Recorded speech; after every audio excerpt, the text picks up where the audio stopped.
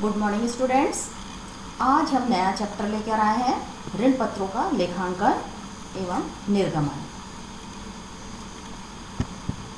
इसके अंतर्गत आज हम पढ़ेंगे ऋण पत्र का परिचय, ऋण पत्र का अर्थ, ऋण पत्र की परिभाषा, ऋण पत्र की विशेषताएं और ऋण पत्र की प्रकृति। तो बच्चों, पहले देख लेते हैं ऋण पत्र का परिचय। ऋण पत्र जो है वह प्रलेख है जो ऋण का निर्माण करता है। किसका निर्माण करता है? ऋण का निर्माण करता है, या कह सकते हैं कि ऋण की स्वीकृति देता है। इसको मैं आपको डिटेल में बताती हूँ। कंपनी अपने जीवन काल में कभी भी अपनी अधिकृत पूंजी से अधिक अंशों को निर्गमित नहीं कर सकती है। यदि कंपनी को और अधिक पूंजी की आवश्यकता है तो वह ऋण लेकर इस आवश्यकता को पूरा कर सकती है या पूरा करा सकती है। कंपनी ऋण किसी संपत्ति के आधार पर या ऋण पत्रों के माध्यम से सीधे जनता से प्राप्त किया जा सकता है। किससे प्राप्त करती है कंपनी? जनता से प्राप्त करती है। अधिकतर यह जो ऋण होते हैं वो दीर्घकालीन ऋण के रूप में हम यूज़ करते हैं।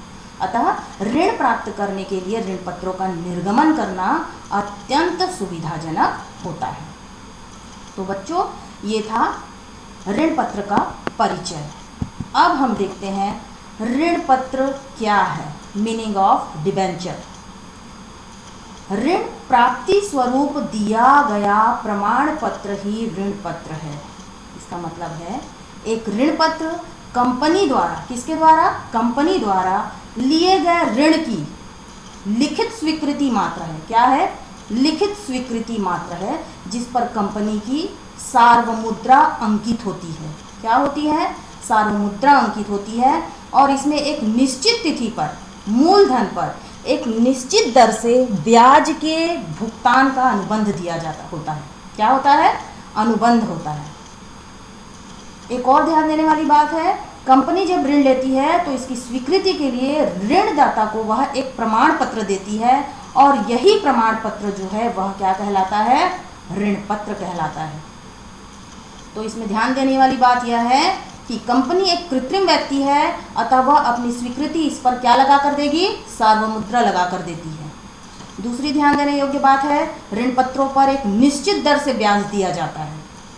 नेक्स्ट है, ब्याज की दर ऋण पत्रों के साथ जुड़ी रहती है। जैसे कि ऋण पत्र के पहले क्या लिखा गया है? 6% ऋण पत्र। इस प्रकार लिया गया जो ऋण होता है वो क्या रहता है? हमेशा दीर्घकालीन उपयोग के लिए होता है। तो बच्चों, यह था ऋण पत्र का अर्थ। अब हम आगे देख लेते हैं ऋण पत्र की परिभाषा। Definition of debenture. जस्टिस चिफी के अनुसार उन्होंने कहा है, ऋण पत्र एक प्रपत्र है जिसमें ब्याज एवं पूंजी की वापसी की शर्तें होती हैं एवं जो ऋण निर्माण अथवा स्वीकार करता है। दूसरी परिभाषा है भारतीय कंपनी अधिनियम की 2013 की धारा 230 के अनुसार ऋण पत्र में ऋण पत्र स्टॉक, बॉन्ड या कंपनी द्वारा जारी की गई ऐसी और कोई प्रतिभूतियां सम्मिलित है, चाहे उनसे कंपनी की संपत्तियों पर प्रभार उत्पन्न होता है या नहीं। ये बच्चों ऋण पत्र की परिभाषा है। इस प्रकार से नेक्स्ट हम आगे बढ़ेंगे ऋण पत्र की विशेषताएं। ऋण पत्र की विशेषताओं में आपने अर्थ पढ़ लिया, परिभाषा पढ़ लिया, अब आप विशेषताएं इसी से निकालेंगे। तो सबसे पहला विशेषता क्या निकलेगा? ऋण पत्र क्या होता है? लिखित प्रमाण होता है। ऋण पत्र जो है वो कंपनी द्वारा लिए गए ऋण का एक लिखित प्रमाण होता है। दूसरा, परिभाषा में हमने देखा है उसमें क्या होती है? कंपनी की सार्वमुद्रा अंकित होती है। तो ऋण पत्र पर कंपनी की सार्वमुद्रा अंकित होती है। नेक्स्ट है निश्चित दर से ब्याज देय। ऋण पत्र पर एक पूर्व निश्चित दर से ब्याज देय होता है। नेक्स्ट है बच्चों ऋण की प्रतिभूति। ऋण पत्र में ऋण की प्रतिभूति का उल्लेख भी किया जाता है। नेक्स्ट है दीर्घकालीन अवधि के लिए ऋण। आपने देखा है, अर्थ में भी मैंने बताया है और परिभाषा में भी हमने देखा है, इस प्रकार के जो भी ऋण पत्र होते हैं वो किस यूज़ के लिए होते हैं? सामान्यतः दीर्घ अवधि के लिए ऋण प्राप्त करने के लिए कंपनी द्वारा जारी किए जाते हैं। और लास्ट है हमारा ऋण पत्र के भुगतान को प्राथमिकता। कंपनी के समापन की स्थिति में ऋण पत्र के भुगतान को सर्वप्रथम प्राथमिकता दी जाती है। तो बच्चों, ये था ऋण पत्र की विशेषताएं। अब हम देखेंगे ऋण पत्र की प्रकृति। कंपनी पार्षद सीमा नियम में, किसमें? कंपनी पार्षद सीमा नियम में ऋण संबंधी किए गए प्रावधानों के आधार पर सामान्य जनता को खुली घोषणा द्वारा एक निश्चित अवधि तथा निर्दिष्ट ब्याज की दर पर उधार देने के लिए आमंत्रित करती है और इसके प्रमाण स्वरूप ऋण पत्रों को निर्गमित किया जाता है। ये क्या है? ऋण पत्र की प्रकृति होती है। ऋण पत्र कंपनी द्वारा लिए गए ऋण की एक लिखित स्वीकृति है। कौन सी स्वीकृति है? एक लिखित स्वीकृति है जो कंपनी के ऐसे दायित्व का बोध कराती है जिसका विमोचन पूर्वाधिकार सुरक्षित होता है। ध्यान देने योग्य बात है, इसका जो विमोचन है वो पूर्वाधिकार सुरक्षित होता है।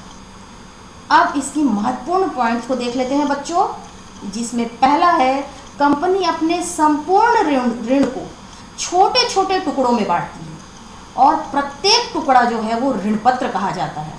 इसका धारक जो होता है वो कंपनी का ऋणदाता होता है।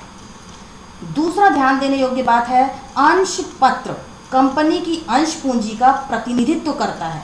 उसी के अनुरूप ऋण पत्र भी कंपनी की ऋण पूंजी का प्रतिनिधि है। आप अंश पढ़ चुके हो तो आपको बहुत अच्छे से पता है। नेक्स्ट है, अंश का प्रतिफल लाभांश है जिसका निर्धारण कंपनी के लाभानी से प्रभावित होता है।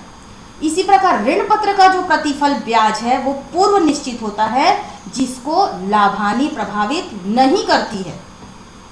ठीक है बच्चों, अगला पॉइंट है, ऋण पत्र कंपनी द्वारा उधार लिए गए कुल दायित्व को स्वीकार करने वाला एक प्रपत्र है जिसका भुगतान एक निश्चित अवधि में समाप्ति पर ब्याज सहित किया जाता है।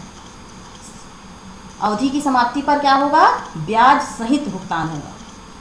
लास्ट है इसका, ऋण पत्रों को किसी भी मूल्य पर निर्गमित किया जा सकता है। सम मूल्य पर भी, प्रीमियम पर भी कर सकते हैं और बट्टे पर भी कर सकते हैं। तो बच्चों, ये था ऋण पत्र की प्रकृति।